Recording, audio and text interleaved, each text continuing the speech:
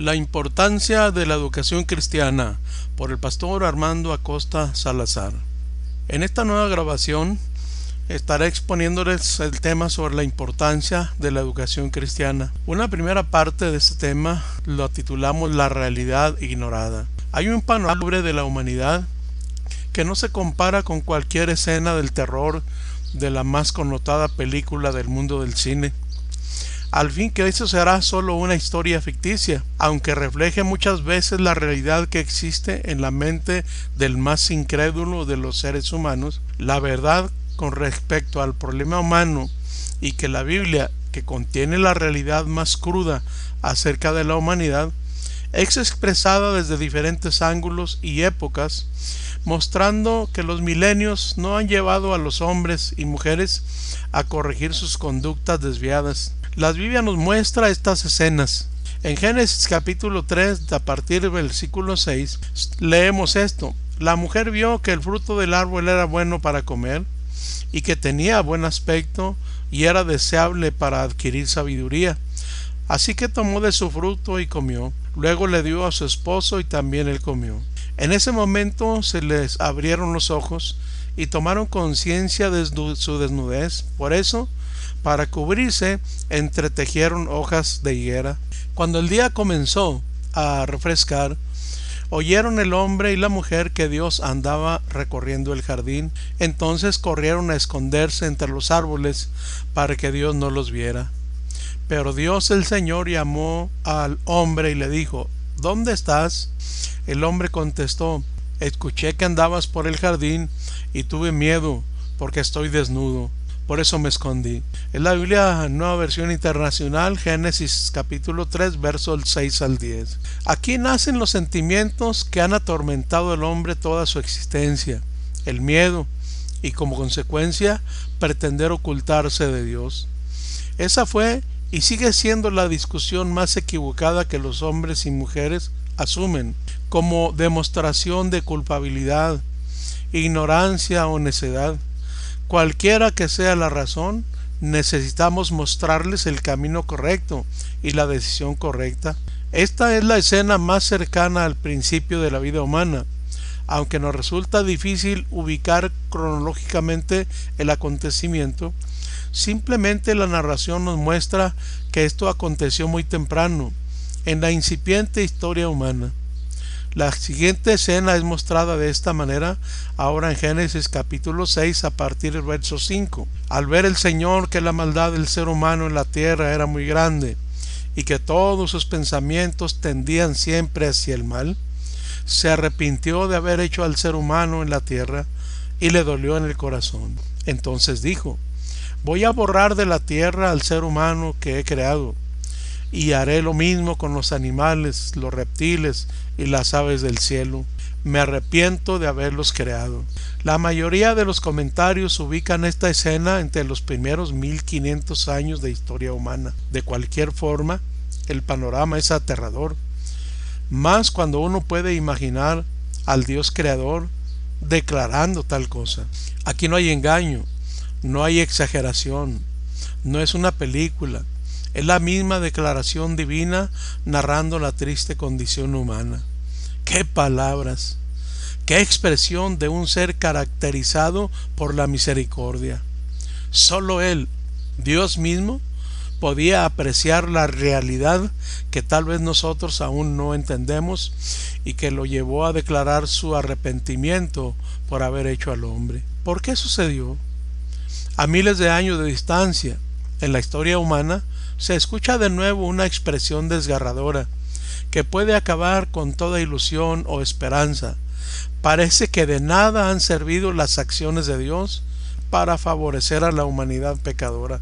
Ni siquiera el llamado de Abraham y la formación de un pueblo con el cual Dios mismo se ilusionó cuando dijo en Éxodo 19, 5 y 6: Así que si ustedes me obedecen en todo y cumplen mi alianza, serán mi pueblo preferido entre todos los pueblos, pues toda la tierra me pertenece.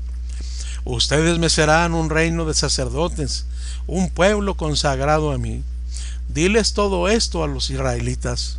En su obra magistral de la carta a los Romanos, el apóstol Pablo se refirió a estas palabras, contextualizándolas para referirse al momento en el cual él escribe. En Romanos capítulo 3, versículo 9 en adelante, expresa esto. Entonces, ¿qué? ¿Somos nosotros mejores que ellos? De ninguna manera, porque ya hemos denunciado que tanto judíos como griegos están todos bajo pecado. Como está escrito, no hay justo ni aun uno, no hay quien entienda, no hay quien busque a Dios. Todos se han desviado, a una se hicieron inútiles, no hay quien haga lo bueno, no hay ni siquiera uno. Sepulcro abierto es su garganta, engañan de continuo con su lengua, veneno de serpientes hay bajo sus labios. Llena está su boca de maldición y amargura, sus pies son veloces para derramar sangre, destrucción y miseria hay en sus caminos, y la senda de paz no han conocido. No hay temor de Dios delante de sus ojos. Tristemente, la narración bíblica que expone la cruda realidad del hombre y su problema, no solo espiritual sino también humano, puesto que el pecado afecta a terceras personas, no termina con las palabras del apóstol Pablo. Hacia el final de los tiempos, es increíble cómo la necedad del hombre y su dureza de entendimiento lo llevan al extremo de no doblegarse ante los terribles juicios de Dios. ¿Puede usted creer que el hombre asuma esta postura ante el dolor y la muerte? Apocalipsis 16, verso 8 en adelante nos narra lo siguiente: el cuarto ángel derramó su copa sobre el sol, y al sol le fue dado quemar a los hombres con fuego, y los hombres fueron quemados con el intenso calor, y blasfemaron el nombre de Dios, que tiene poder sobre estas plagas, y no se arrepintieron para darle gloria.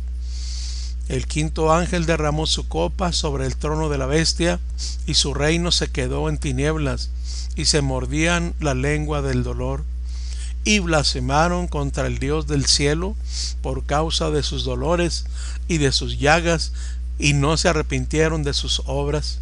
No, esta no es una novela de terror, es la misma escritura mostrándonos una realidad de castigo, pecado, necedad, dolor y muerte. Nos puede parecer increíble cómo Dios ha esperado tanto tiempo para que el hombre y la mujer respondan a su llamado de amor y misericordia. Este es el panorama de reto para una verdadera educación cristiana, que va más allá del simple informar. Nosotros debemos y hemos sido llamados a enseñar para cambiar vidas. En el inciso B de esta sección tenemos el tema ¿en qué consiste nuestra lucha?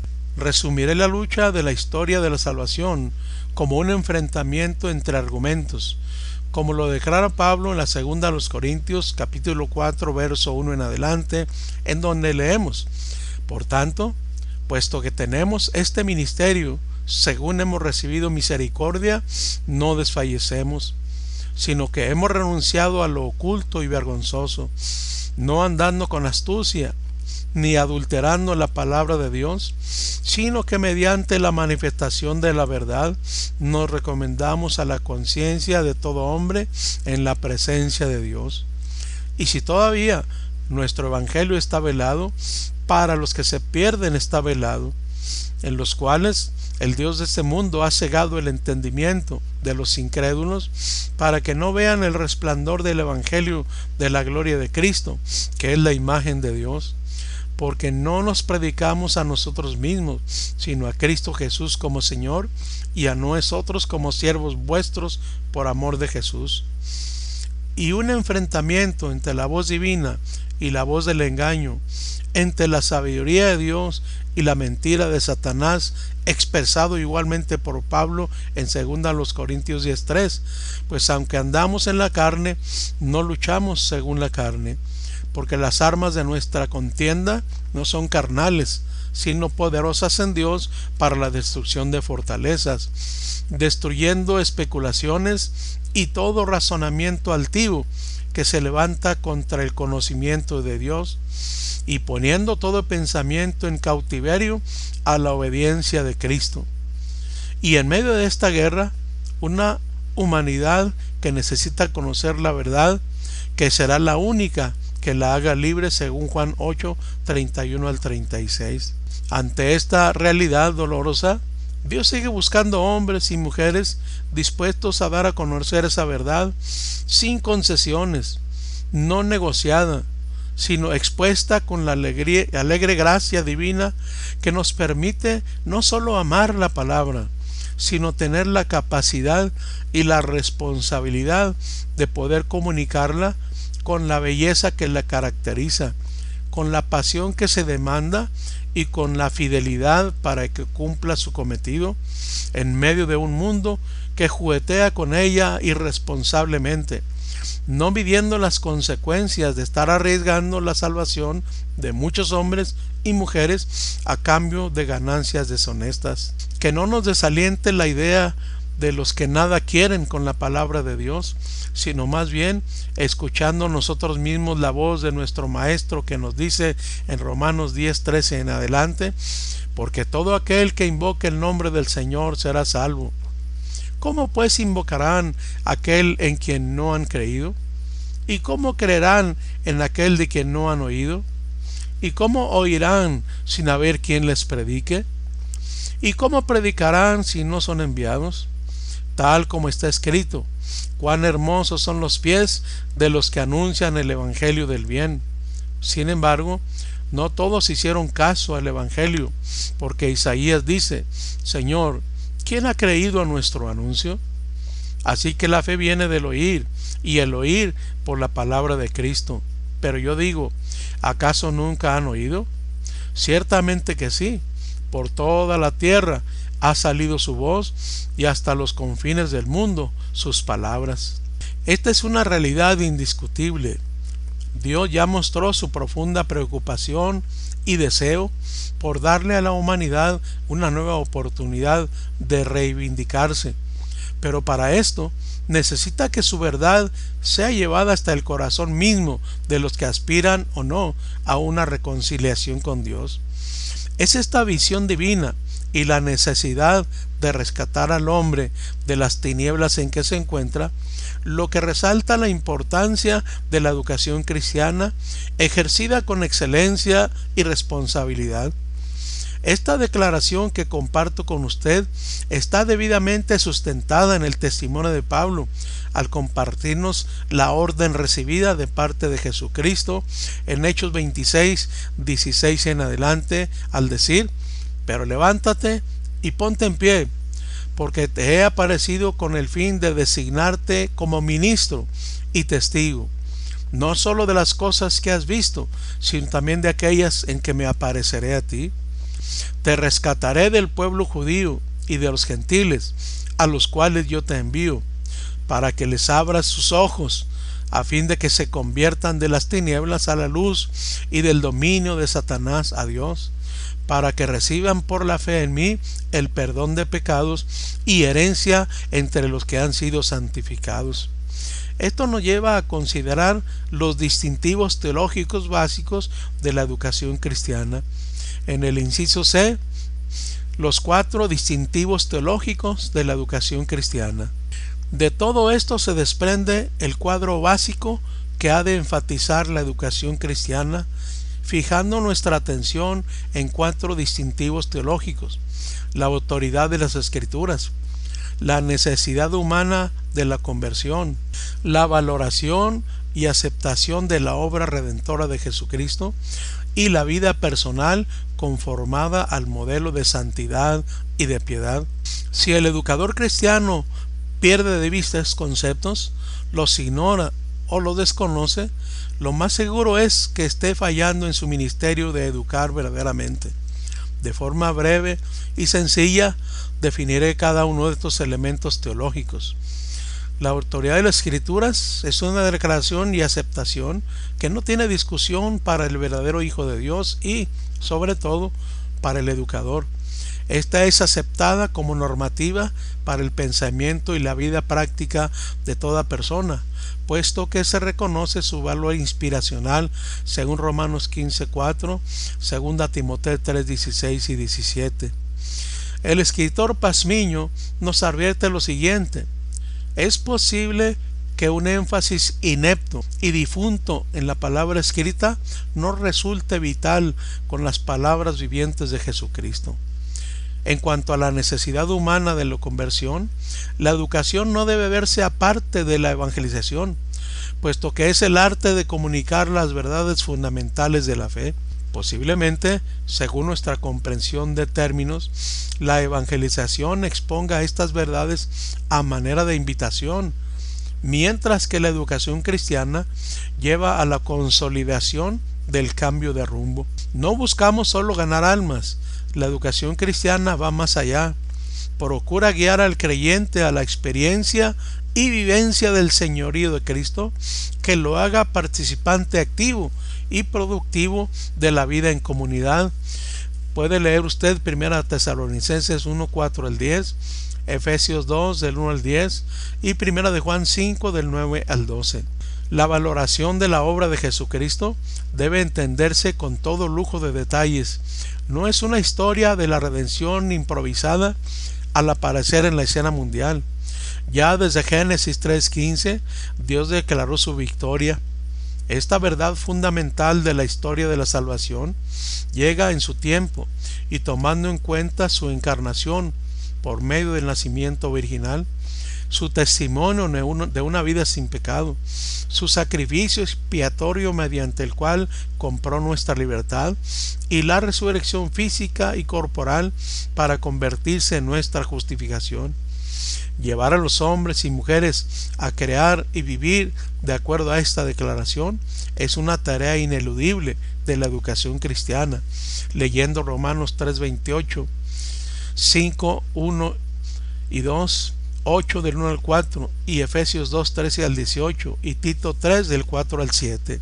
Y finalmente, una vida conformada al modelo creado según Dios, narrado en Efesios 4 del 20 al 24, significa el objetivo primordial de la educación cristiana como una constante en toda la existencia humana, tomando en cuenta nuestro pacto de fidelidad, Apocalipsis 2:10. Esto implica una existencia continua basada en las disciplinas espirituales que le den frescura a la experiencia cristiana, que le permitan mantener la actividad apasionada y congruente con su fe, fructificando en favor de la causa de Cristo, como demostración de madurez y convicción de un verdadero discípulo de Jesús, según Juan 8:31 y 32 y 15 del 1 al 16. Teniendo este panorama bíblico, abordaremos ahora el tema que nos lleva a considerar las implicaciones de ser maestros de la palabra con todas sus realidades, compromisos y privilegios, lo cual trataremos en la siguiente grabación.